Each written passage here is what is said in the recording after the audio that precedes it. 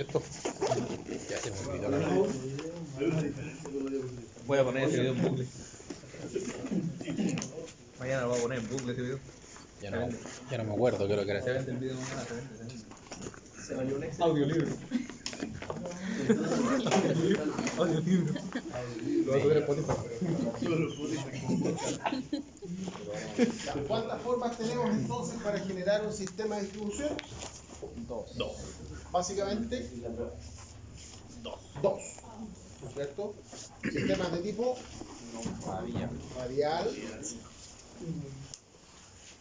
que serían de esta forma, ¿no es cierto?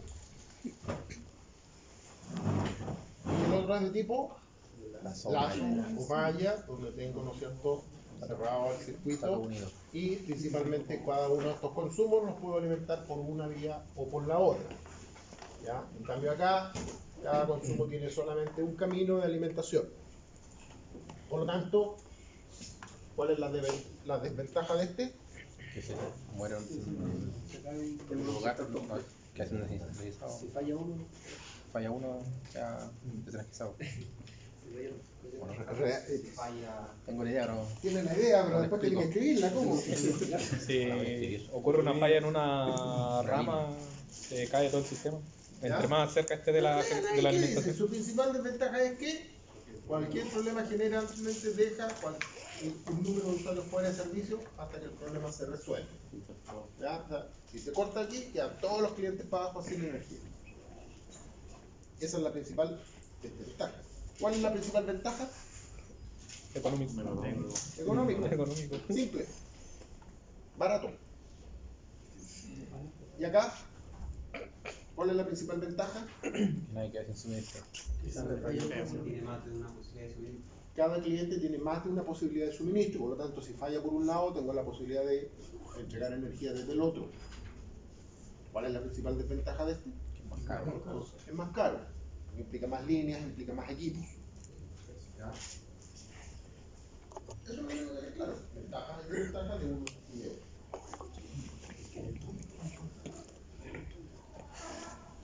¿Qué factores entran en la selección del nivel de voltaje? 1, 2, 3, 4, 5, 6, 7, 8. Menos 2. 3. Uno. Con uno.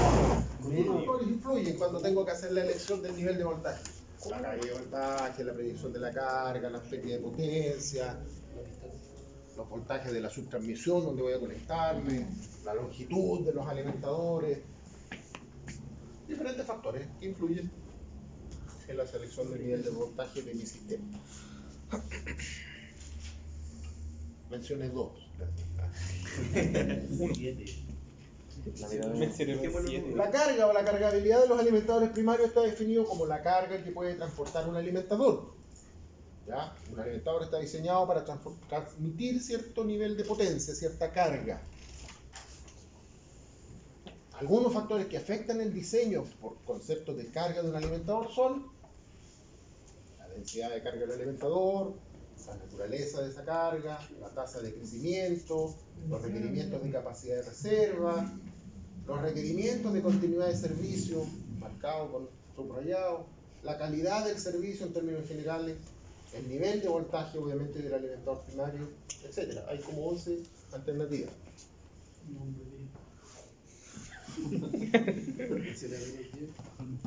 Son dos.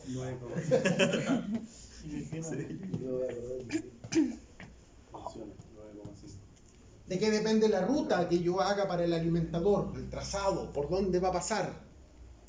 Una línea eléctrica de media tensión o de subtransmisión. Bueno, va a depender del tipo de alimentador, del crecimiento futuro, porque tengo que ir hacia ese sector, ¿no es cierto? De la densidad de carga, si está muy concentrado, si no está muy concentrado, si está muy disperso. Limitaciones físicas que pueda tener en el recorrido, porque voy a tener que hacerle el quite a un cerro, un río, etc. Las caídas de voltaje, porque obviamente mientras más largo sea, mientras más distancia tenga que recorrer, las caídas de voltaje van a empezar a ser importantes. Obviamente los costos totales. También en algún minuto voy a tener que elegir, bueno, me voy por acá o por acá. pero esto es más caro, esto es más barato. También es un factor que va a influir, ¿no es cierto?, en la decisión final de la ruta por donde se va a ir el alimentador. ¿Cuántos alimentadores saco de la subestación primaria? ¿1? ¿2? Va a depender de ciertos factores. La capacidad de la subestación, los niveles de voltaje del alimentador primario, la densidad de la carga, la longitud del alimentador. Si quiero hacer uno que haga todo el recorrido, va a ser bastante largo probablemente. Mejor lo divido, ¿no es cierto?, en dos más cortos, pero puedo abastecer igual. El tamaño del conductor, las caídas de voltaje también, que influyen, ¿no es cierto?, dependiendo de varios factores. El tamaño del conductor también va a influir en la caída de voltaje. Está repetido aquí, tamaño, nadie se había dado cuenta. Pero son factores que tengo que tomar en consideración cuando tengo que definir, ¿no es cierto?, el número de alimentadores que yo quiero sacar de una subestación principal.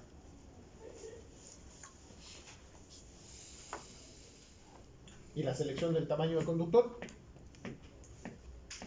aquí va a depender, dependiendo, ¿no es cierto?, entonces de la sección del conductor que nosotros elijamos, vamos a tener pérdidas. A mayor o menor sección, las pérdidas van a variar. El índice de crecimiento de la carga, porque si yo sé que esto va a crecer rápidamente en el futuro, entonces voy a considerar un conductor que me permita transmitir la potencia necesaria para ese futuro lejano o cercano, sin necesidad de tener que estar cambiando el conductor otra vez.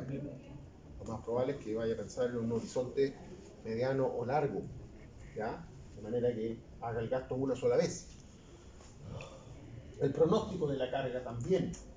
Si esto va hasta así, pero mañana va a ser así de grande, bueno, a lo mejor hago el gasto ahora, ¿no es cierto?, y defino una sección de conductores suficiente como para proyectarme en el tiempo, ¿ya?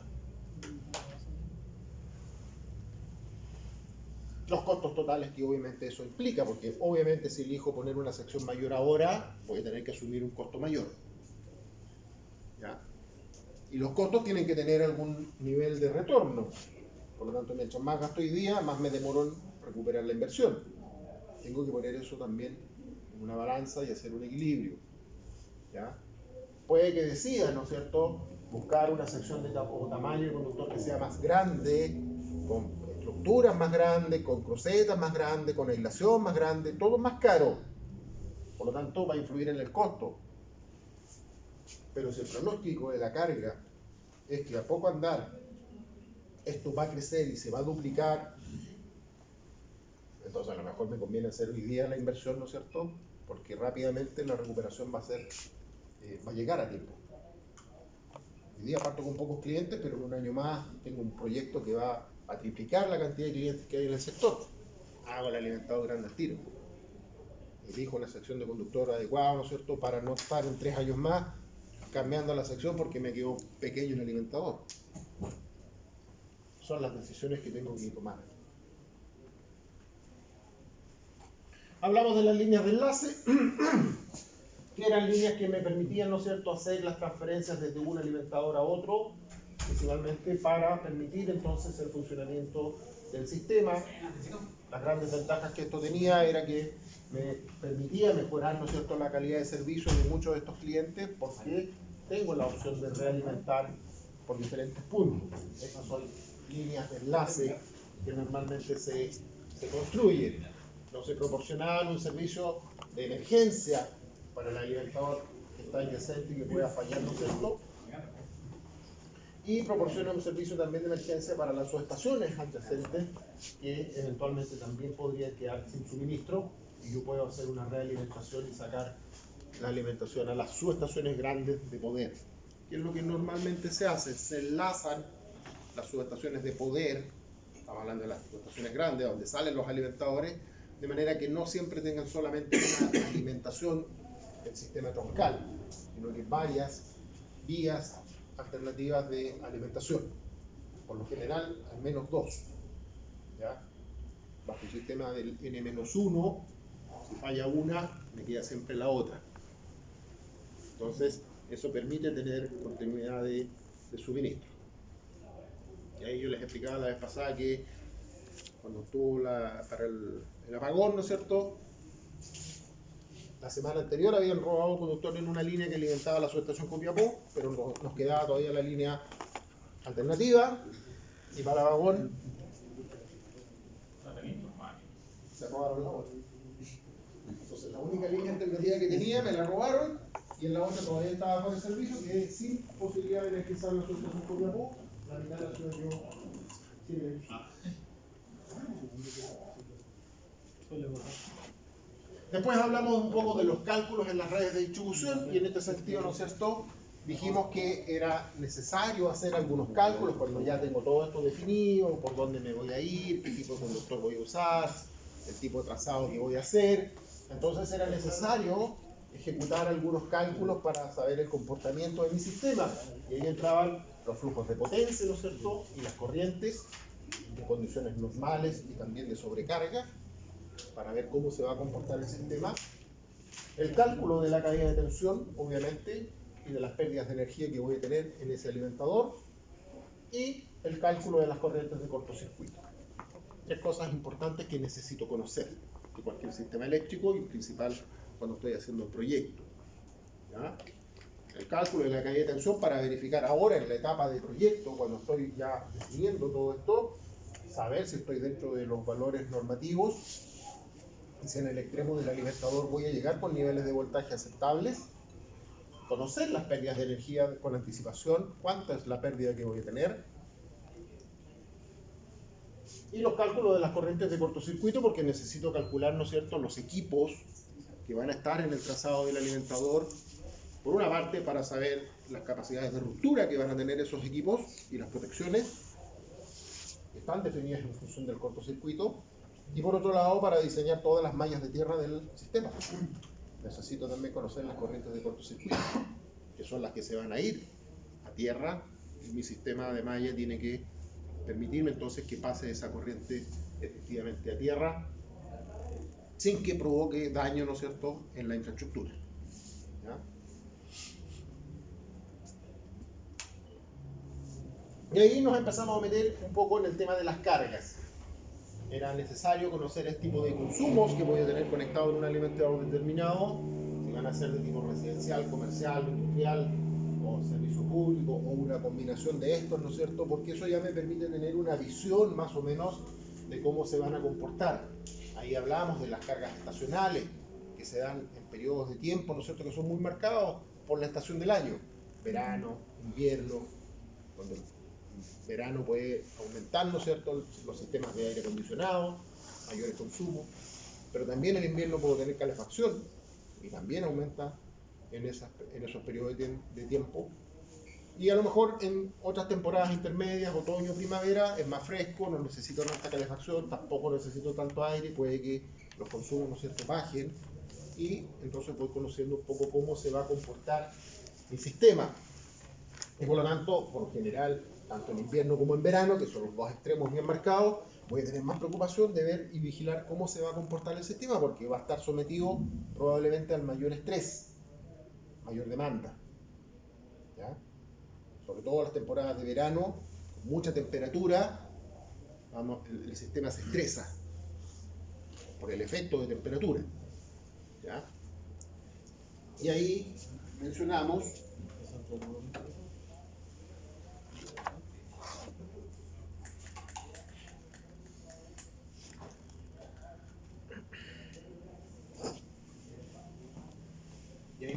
¿no es cierto?, las diferentes curvas de carga que se podrían dar van a ser distintas dependiendo de la estación del año para un mismo sistema. Las demandas máximas van a ocurrir en diferentes horarios. Y hablábamos, ¿no es cierto?, de poder clasificar este tipo de cargas dependiendo de la zona, o una forma de clasificar es dependiendo de las zonas y de la densidad. ¿Ya? Y hablábamos entonces de una densidad de potencia por kilómetro cuadrado, o sea, por unidad de superficie. O sea, una zona urbana de tipo central puede tener una densidad relativamente alta, de 40 hasta 100 megawatts de potencia por cada kilómetro cuadrado. O sea, tengo todo concentrado en poca superficie. Los grandes centros urbanos cierto? Las capitales regionales son sectores con densidades urbanas de ese tipo.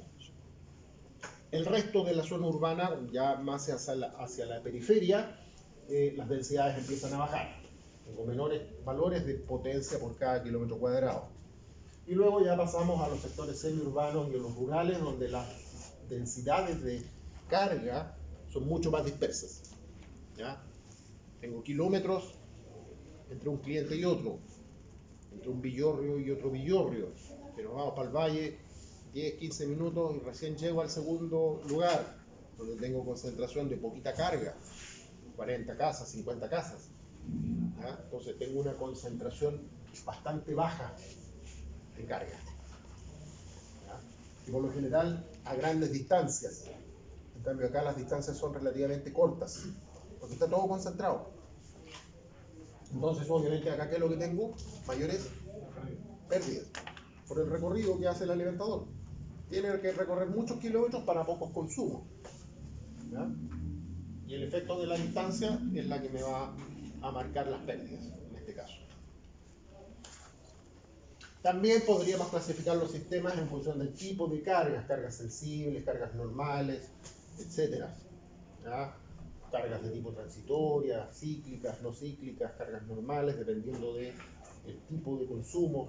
Sectores industrializados, ¿no es cierto? Probablemente voy a tener cargas que son transitorias, me van a meter mucho armónico en la red. Son alimentadores bastante más contaminados que el resto. Y ahí tenemos diferentes tipos de carga para diferentes tipos de consumos. Hablamos de cargas de tipo residencial, ¿no es cierto?, donde la mayor parte del día tiene un consumo bastante estable, bastante relativamente bajo o mediano, y obviamente se concentra en los horarios de la tarde, después que la gente llega del trabajo, tiene una distancia de tiempo, una franja de tiempo un poco mayor que está en la casa, y sube a su pic máximo que da entre las 6 y las 11 de la noche. ¿Qué horario es? El horario de punta. ¿Ya? Tiene sus demandas máximas, luego vuelve a caer, la gente ya se va a acostar a dormir para el otro día volver nuevamente a consumir. Esta es una carga típica de tipo residencial. Esta era más de tipo industrial, donde se mantenía parejo a un valor mediano, y a las 6, 7 de la mañana eleva sus consumos fuertemente, ¿no es cierto? Y se mantienen durante casi toda la jornada de trabajo para luego decrecer y mantenerse en un mínimo mediano nuevamente. Y en el caso de las cargas de tipo comercial son bastante parejas, pero con un salto, ¿no es cierto? Se mantienen los alumbrados públicos, normalmente de los sectores comerciales prendidos, sobre todo los sistemas de malls y ese tipo de galerías comerciales.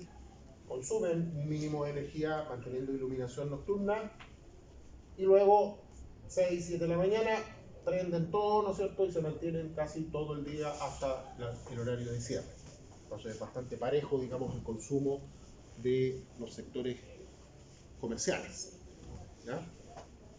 Entonces yo puedo conocer más o menos el comportamiento y saber cuáles son estos saltos, por ejemplo, que se pega de aquí acá arriba, y esto se va a mantener, y esto por lo general se mantiene en el tiempo, a menos que el mall crezca al doble de su tamaño.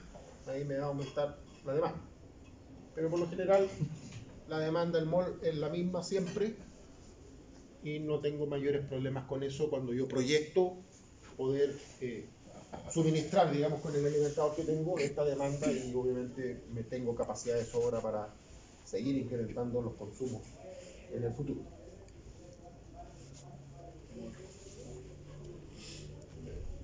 Ya aquí mencionábamos el tema y el concepto de la demanda, y dijimos que la demanda se refería al uso instantáneo de la potencia eléctrica que demanda una carga, y se define en forma empírica por la potencia activa, reactiva o aparente, o bien una combinación de estas cargas.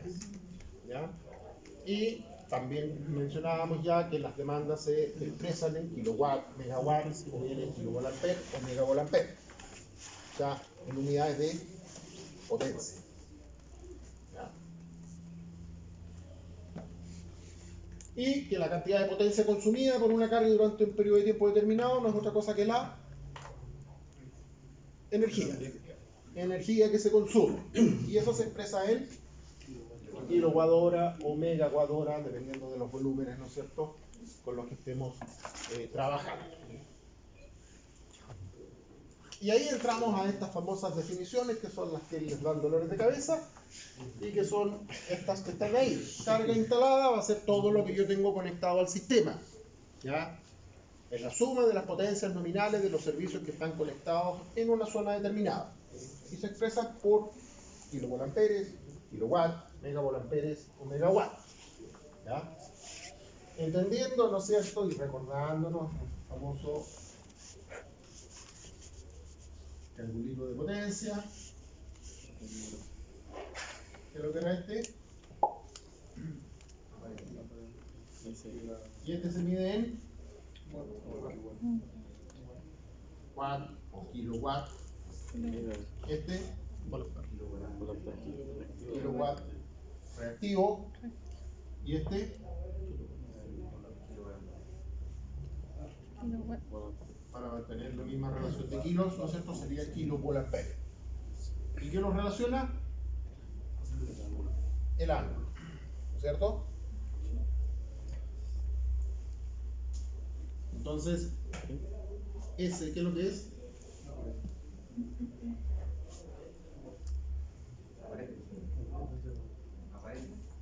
Aparente, sí, pero ¿ah? ¿Cómo la calculo?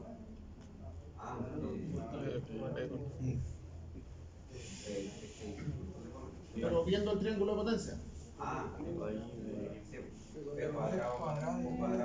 raíz cuadrada de La raíz cuadrada de t al cuadrado más u al cuadrado. Esa es una forma. ¿Cuál otra?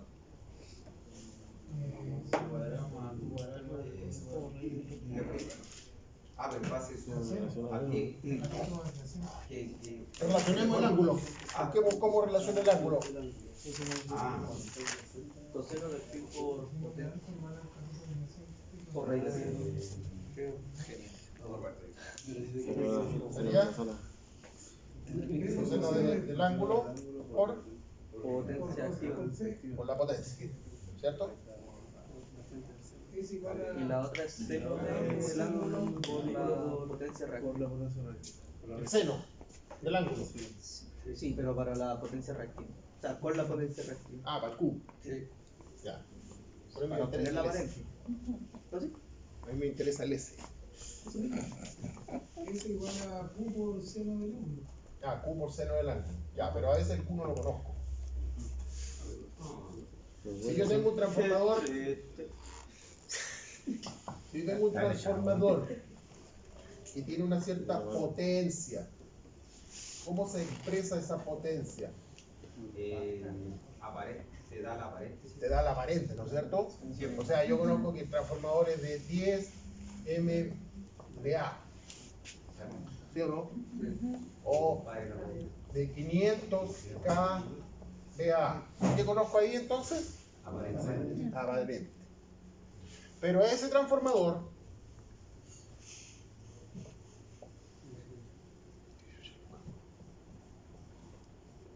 tengo consumos, ¿cierto? Conectados a la salida del transformador.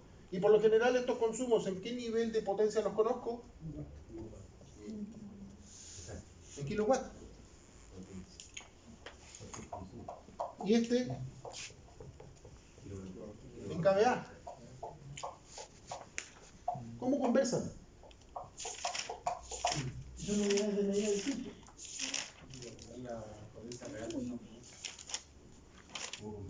¿Cómo conversan? ¿Cómo los trabajo?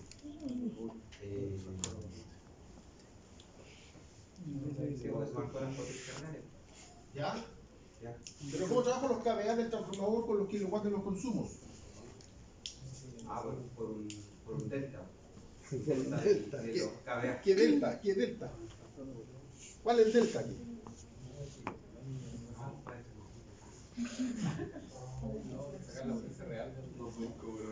O llevo esto a kilowatt o llevo esto a kVA. Los kVA. En realidad por las dos.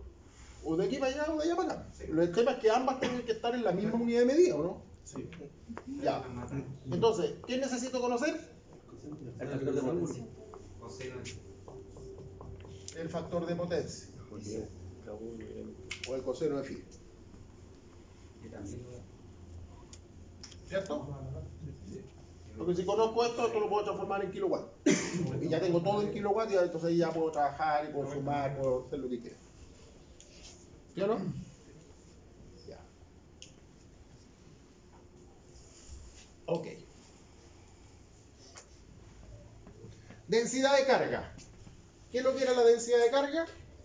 Era el cociente, dice, entre la carga instalada y la área o la zona del proyecto que va a cubrir. ¿Ya?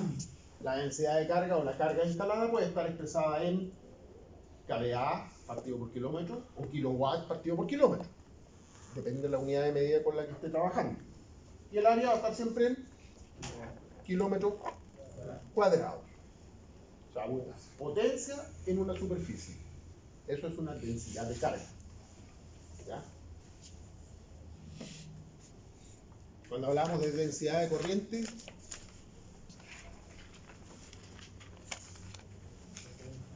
era la corriente en una superficie, que era una sección de un conductor. Entonces un conductor tenía una densidad de corriente de tanto amperes por milímetro cuadrado.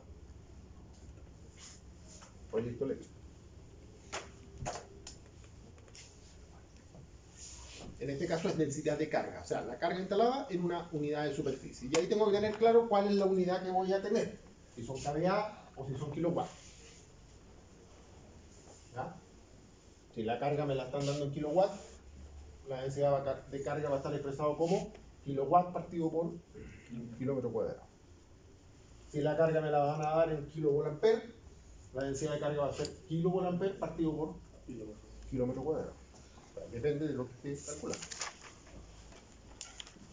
De ahí volvimos entonces de nuevo al concepto de demanda. Empezó a aparecer demanda. Y dice que la demanda de una instalación eléctrica es la carga en los terminales receptores tomado como un valor medio en un lapso de tiempo determinado. Y el periodo durante el cual se toma el valor medio se denomina intervalo de la demanda. Y se puede expresar en kilowatt o kilovolt-ampere o en ampere, dependiendo de la unidad con la que esté trabajando. ¿Ya? Y como kilowatt y kilovolt-ampere son unidades de potencia, entonces no tengo que confundir demanda con potencia. Lo mismo que para las tarifas. Ojo, demanda y potencia son cosas parecidas, pero no son iguales. La potencia es instantánea, la demanda es en un intervalo de tiempo. Y ahí vimos, o hablamos de la demanda máxima, en un intervalo de tiempo, que podía ser de 15 minutos, de media hora, de 45 minutos, de una hora, depende el intervalo que yo me quiera dar, o con el cual estemos trabajando. Si tomo el intervalo de 15 minutos, la demanda máxima de este intervalo es 9. En este otro intervalo de 15, 9,2. En este otro intervalo, 8. Cada intervalo tiene su propia demanda máxima. Pero si tomo el intervalo completo, ¿cuál sería la demanda máxima? 9,2. ¿Cierto? Bien. Bien.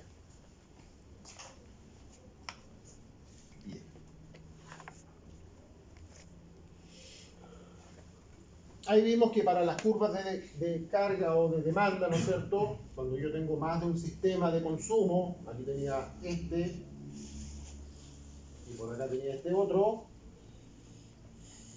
dos consumos que representan un sistema. Entonces, la demanda total del sistema, ¿qué es lo que es? La suma, ¿no es cierto?, punto a punto de estas dos. ¿Ya? Entonces, yo me paro en cualquier punto, ese valor más ese valor me va a dar ese valor. ¿Ya? Este pedazo más eso. Es decir, este es 1 y este es 2. Esto es 1 más 2. Entonces, punto a punto voy sumando y voy haciendo la curva resultante, que sería la que está con líneas segmentadas. Y esa es la demanda del sistema. ¿Ya? Es la suma entonces de las demandas individuales.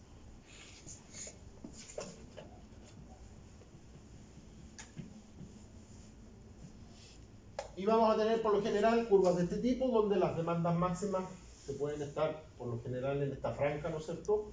Ya a partir de las 6, de las 8 de la noche hasta las 23, marcadas, ¿no es cierto?, como la zona de mayor demanda, que por lo general le denominábamos horario de punta. ¿Ya? Y que no necesariamente se da en el momento en que tengo las demandas máximas individuales. Porque si yo sumo en este momento, llego ahí, y en este momento llego acá. Pero la demanda máxima del sistema quedó ahí, en ese horario. Eso también hay que tener cuidado. La demanda máxima del sistema no necesariamente es igual al momento en que ocurren las demandas máximas individuales. ¿Ya? Y lo vemos gráficamente ahí, clarito. La de un sistema daba a las 6, la del otro daba a las 10, pero la del sistema completo es a las 8.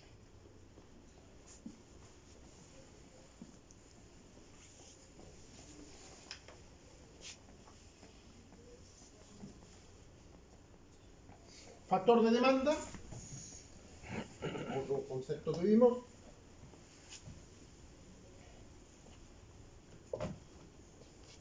El factor de demanda en un intervalo de tiempo de una carga va a ser el cociente entre la demanda máxima y la carga total instalada. El factor de demanda generalmente es menor que 1. ¿Ya? La demanda máxima, entonces, en un intervalo de tiempo o en un momento determinado, por eso tiene el paréntesis T, depende de un momento, depende de un tiempo, partido por la carga conectada. O sea, yo puedo medir el factor de demanda a las 9 de la mañana y tendría que ver cuál es la demanda máxima ocurrida a las 9 de la mañana, partido por la carga total conectada en ese sistema. O también le puedo decir, calcule el factor de demanda a las 6 de la tarde y va a ser la demanda máxima a las 6 de la tarde partido por la capacidad instalada del sistema. ¿Ya? Entonces depende de dónde me pare, en qué momento quiera medir, el factor de demanda va a ser probablemente distinto. No es el mismo para todo el horario, para toda la jornada. ¿Ya?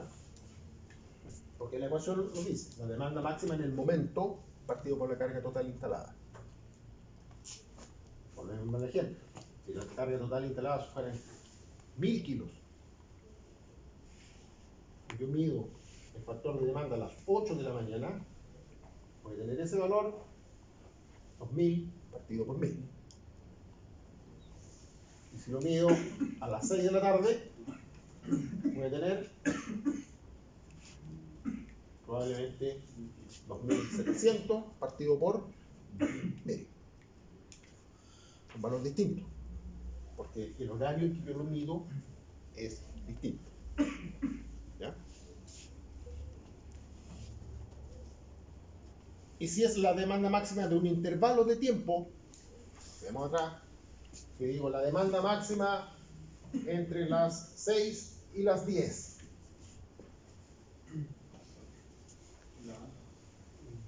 Es la demanda máxima de ese intervalo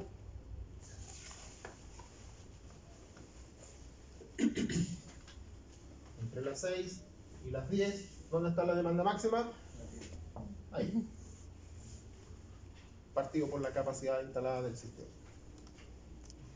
Que sería lo mismo que si yo le dijera la demanda máxima a las 9. O sea, ahí va a coincidir. la del intervalo con la demanda a las 9. ¿Ya? Pero si yo ya le pido la demanda máxima a las 10, va a ser un valor distinto. ¿Ya? Porque depende del intervalo de tiempo que yo tome. Un intervalo o un momento específico.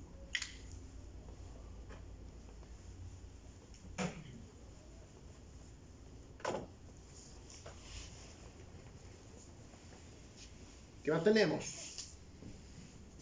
Y eso indica, en el fondo, el porcentaje de la potencia instalada que está siendo alimentada en ese momento. ¿Ya? El factor de demanda, por lo general, es menor que 1, ya que no todos los consumos están funcionando al mismo tiempo. Pero puede ocurrir que los consumos funcionen al mismo tiempo solo en el caso de que tengo solo alumbrado o luminarias. Porque ahí se prenden las luminarias y se prenden todas. Y ahí el factor de demanda podría ser 1 porque va a ser la potencia, va a ser la suma de todas, partido por la carga instalada, que es la suma de todas. 1. El factor de utilización de un sistema eléctrico en un intervalo de tiempo es el cociente entre la demanda máxima y la capacidad nominal del sistema. El factor de demanda se expresa el porcentaje de carga instalada que se está alimentando. El factor de utilización indica la fracción de esa capacidad del sistema que se está utilizando durante el pico de la carga en el intervalo de tiempo considerado. Entonces, factor de utilización en un intervalo de tiempo es el cociente entre la demanda máxima en ese intervalo de tiempo partido por la capacidad instalada. Y si yo veo este sistema y ahora le pongo numeritos 5, 10, 100, 50, y acá pongo 500 kVA.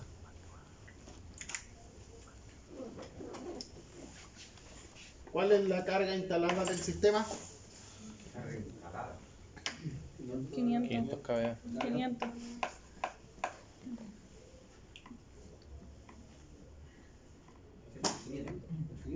Esa es mi instalada. Esa es la que yo solicité. Del sistema. Y acá tengo 100, 150, 165.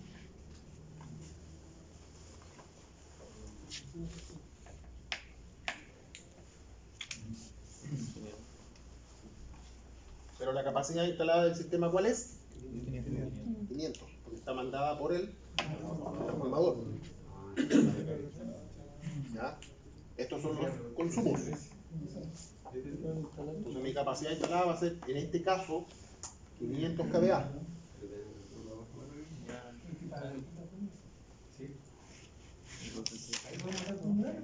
¿Ah? Estamos explicando la fórmula. ¿Cómo interpretarla? Pues si esa es la gracia. Después me dice, profe, ¿y por qué esta en mayúscula y esa en max y en otra apareció una minúscula? Es la promedio. La demanda máxima, la demanda.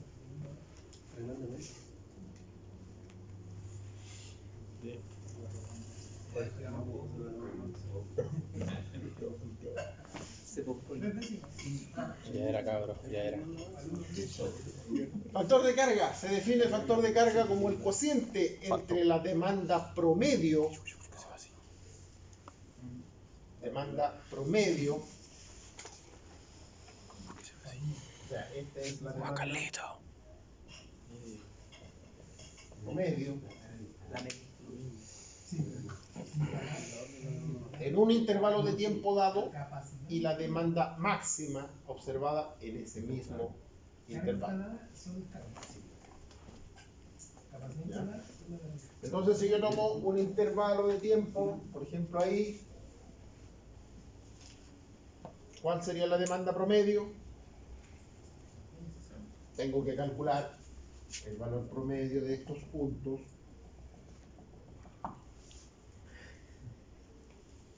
probablemente el promedio de ese intervalo va a estar ahí.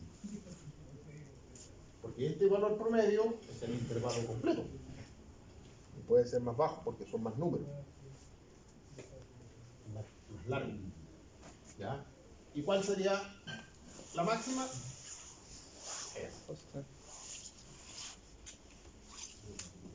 Todo va a depender del intervalo que tome. ¿Ya?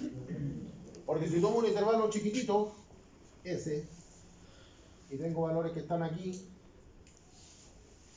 ¿cuál es el valor promedio de estos tres? Muy próximo al valor de ellos mismos, porque están muy cercanos, ¿no es cierto? El promedio va a estar por ahí, ¿o no? El valor promedio va a ser más alto. Todo va a depender del intervalo que tome. Pero la máxima va a ser este. Entonces, este valor va a ser cercano a... Va a ser cercano a 1, ¿no es cierto? El cociente va a ser cercano a 1 porque estoy achicando el intervalo. Y cuando ya llegue el intervalo más pequeño, estamos haciendo la deriva. Voy a llegar casi a 1, ¿no es cierto? Entonces, en la medida que el intervalo es más grande, los valores tienden a ser más lejanos de 1. Ese sería entonces el factor de carga.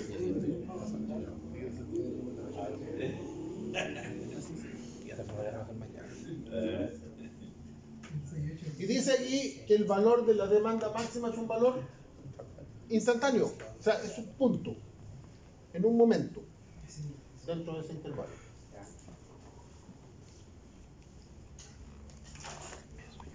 Luego tenemos el factor de diversidad,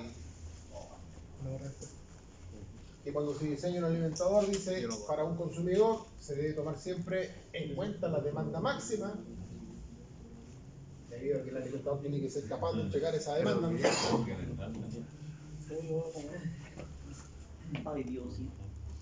Pero existe una diversidad entre todas las cargas que están conectadas.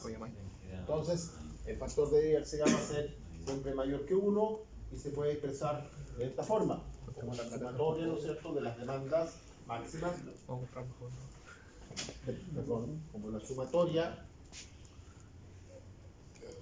de las demandas máximas individuales y la demanda máxima del conjunto total.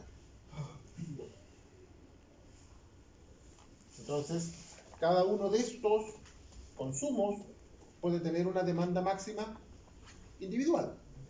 ¿Ya? Este puede tener una demanda, no sé, de 3, este de 7, este de 50 y este de 20. Cada uno tiene demandas máximas individuales, cada consumo. ¿Ya? Pero la demanda máxima del sistema la va a marcar el transformador, que es el que me va a entregar la demanda máxima, ¿no es cierto? Y me va a decir que en algún minuto la demanda máxima del sistema fue 35.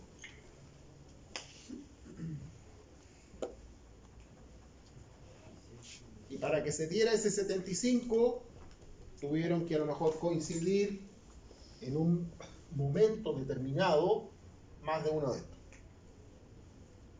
Este tiene 50, este tiene 20, aquí ya tengo 70.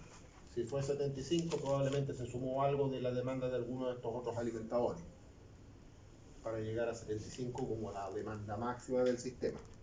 O sea, solamente con ver eso yo puedo decir estos nunca funcionaron todos en forma simultánea a su máxima capacidad, porque si no tendría 7, 10, 15, ¿cuánto eran? 15, 50 y 20, la suma de todos ellos.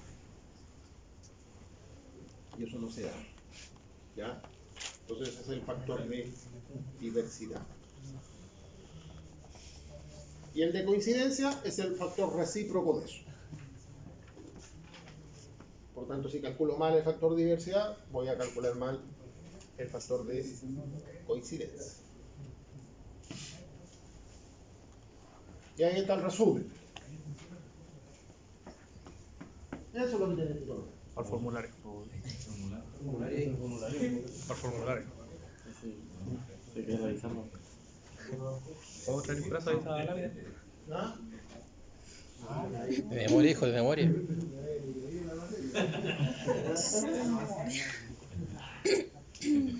único que le faltó definir ¿Qué? la variable, porque uno se olvida y después lee CI nomás y no sabe qué. Carga instantánea, sí.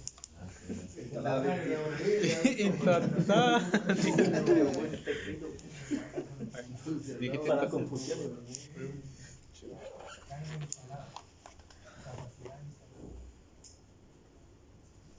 Podemos hacer uno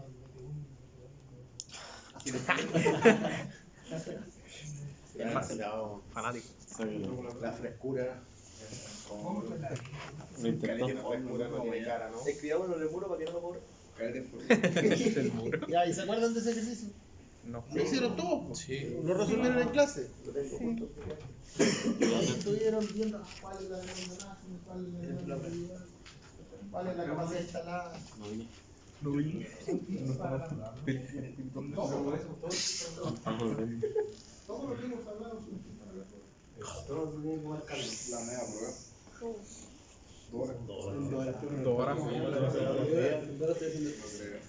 La media tesis que vamos a hacer mañana. Son conceptos. Si tengo claro los conceptos, Vale, verga. pregúntenme lo que quieran. Ya valimos.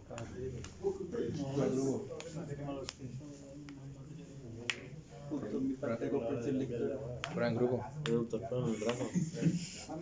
El tema es que tienen que leer bien los datos porque se acuerdan que andaban buscando la demanda máxima del sistema.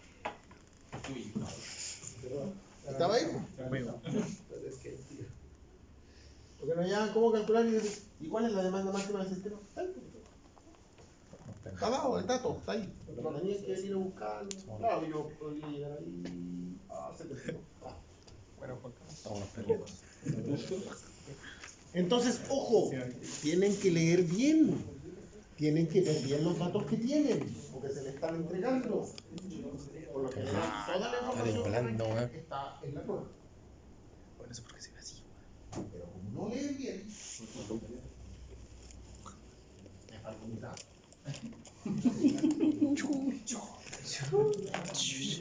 Un dato.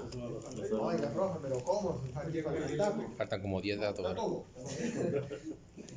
Está todo. Tengo mi nombre. Y un punto base. El root. Y escribiste mal. ¿Quién más? Está mal el root. Mañana vamos a poner el nombre José. No sé. José González y Radio Lo Rojas. voy a echar en blanco. Todos los parámetros. Y Radio Rojas.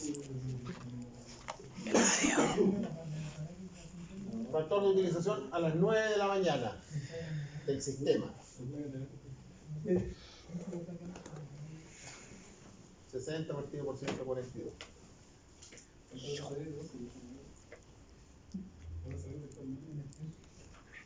¿De dónde salió eso?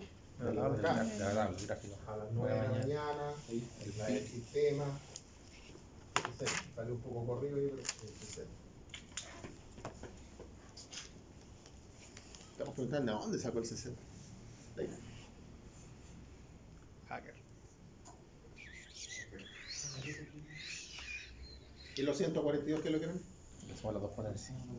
La suma de la capacidad instalada, que estaba dado como dato arriba, 70 y 72. Y si les pido entonces el factor de utilización a las 6 de la tarde, Busco el punto de las 6. Punto mal. Punto al 6. Que entonces sería voy a las 6 de la tarde, ¿no es 75, cierto? creo que sería. Estoy aquí, voy a subir ahí. 75. Ah, bueno, de hecho, 72. y eso ya. 74,5. Entonces, el factor de utilización 80. del sistema a las 6 de la tarde sería acá 75 partido por Sabía que era eso. 142.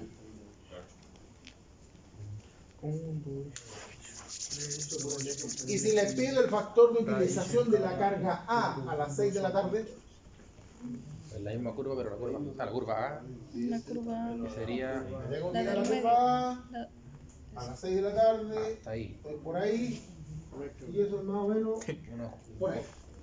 35 cerremos. 40. ¿Verdad? 20, 25. 25. 35. Venga, a ver, puto. Bueno, el gráfico va a estar mejor graduado en la hoja, así que van a ser Traigan fáciles. regla, cabrón, traigan regla. No sé, el color.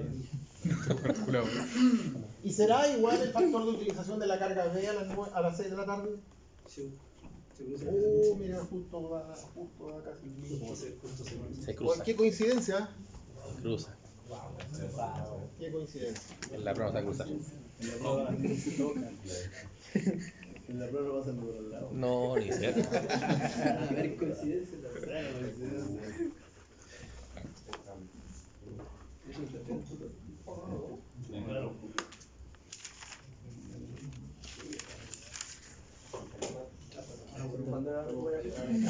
¿Cuándo la recuperativa?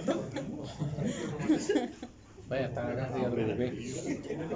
Con esa mentalidad no llegamos a ningún lado.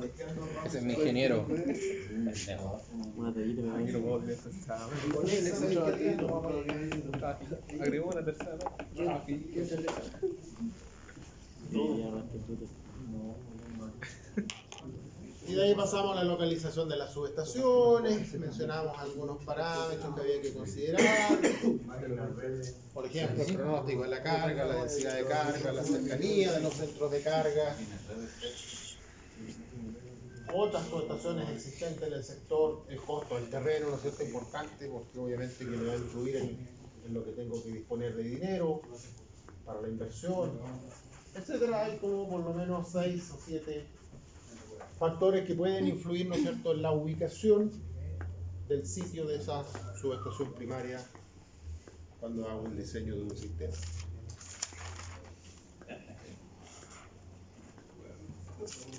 ¿Aquí hay que calcular algo? Nada.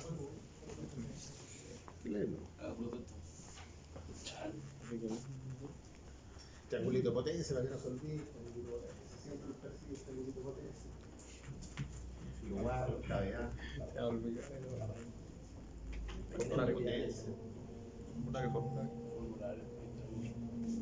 Parámetros que tengo que considerar cuando hago un diseño de una red, obviamente la caída de tensión, el calentamiento de los conductores, la posibilidad de sobrecargar esas líneas, las secciones mínimas, los diámetros mínimos, que son redes subterráneas, son los datos que tengo que tener en cuenta que no puedo perder de vista.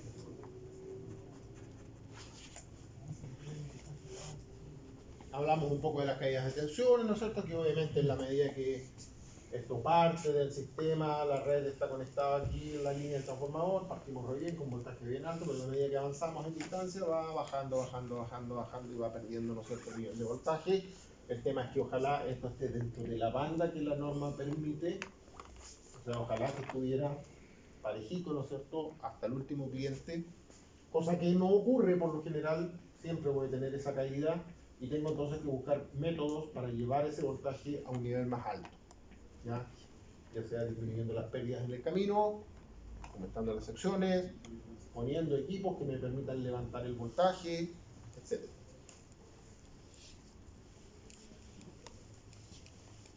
Hablamos de los distintos niveles de voltaje.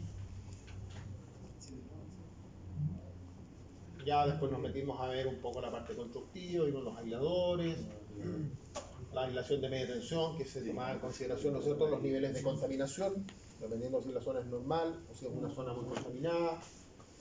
¿Ya? Mientras más contaminado, tengo que tener más distancia de fuga para evitar las descargas, ¿no es cierto?, de energía.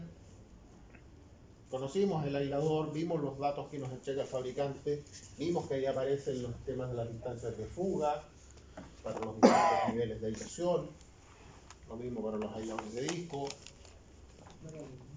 y pasamos por los aisladores poliméricos, vimos la famosa fotografía de los aisladores que están con descargas, o sea, se perfora, una descarga eléctrica perfora el aislador, ¿ya? Y por eso es que se va a tierra. Y vimos también un cálculo sencillo de cuántos aisladores debía tener una cadena, ¿no es cierto?, en función de una pequeña tablita que nos entregaba la IEEE, que me clasifica las zonas dependiendo del nivel de contaminación que estas tengan. Del menos contaminado al más contaminado, y habla de una distancia en milímetros por kilovolt, que va aumentando porque cada vez tengo mayor contaminación, o sea, voy a necesitar más distancia. ¿Ya? Y había una pequeña fórmula para calcular cuántos aisladores podía tener una cadena de aisladores de un sistema, dependiendo de la zona en donde está ubicado. Y tanta contaminación tiene, y del nivel de voltaje que aparecía, ¿no es cierto?, en esa línea. Ahí tenía que tener cuidado con el famoso rey de tres, porque tenía que estar considerado en este cálculo en particular. Y también tenía que conocer el dato, ¿no es cierto?, de la distancia de fuga de los aisladores que quiero considerar, que es un dato que me entregaba el fabricante en el catálogo. Y ahí podía determinar cuántos aisladores iba a utilizar en una cadena.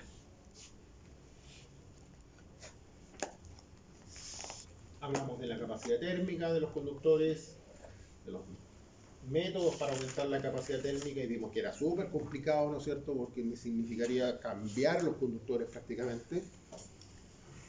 Por lo tanto, es uno de los problemas que muchas veces tenemos que enfrentar. Y después ya nos metimos en la capacidad mecánica. Hablamos, ¿no es cierto?, de que los conductores tenían que estar diseñados, o las instalaciones, las líneas se diseñan, ¿no es cierto?, considerando la fatiga máxima del conductor, y que cuando esté templada la línea, o sea, tensada la línea, esa fatiga no supere el 50% de la capacidad de ruptura del cable. Entonces tengo un margen de seguridad importante cuando hago la construcción de la línea.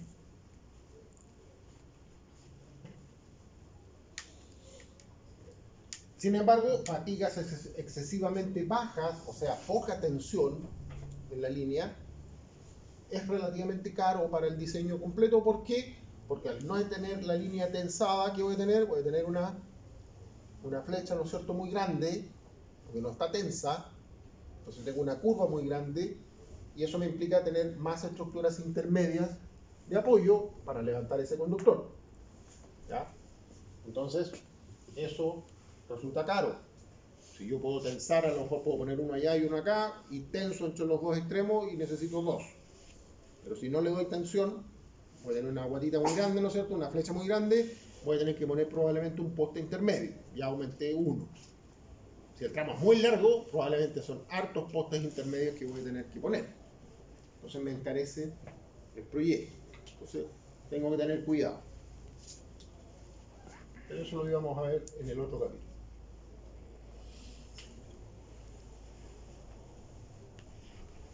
Y hasta ahí llegamos con eso, y de ahí nos pasamos a Tarifas. tarifa. Sí, ya estamos terminando.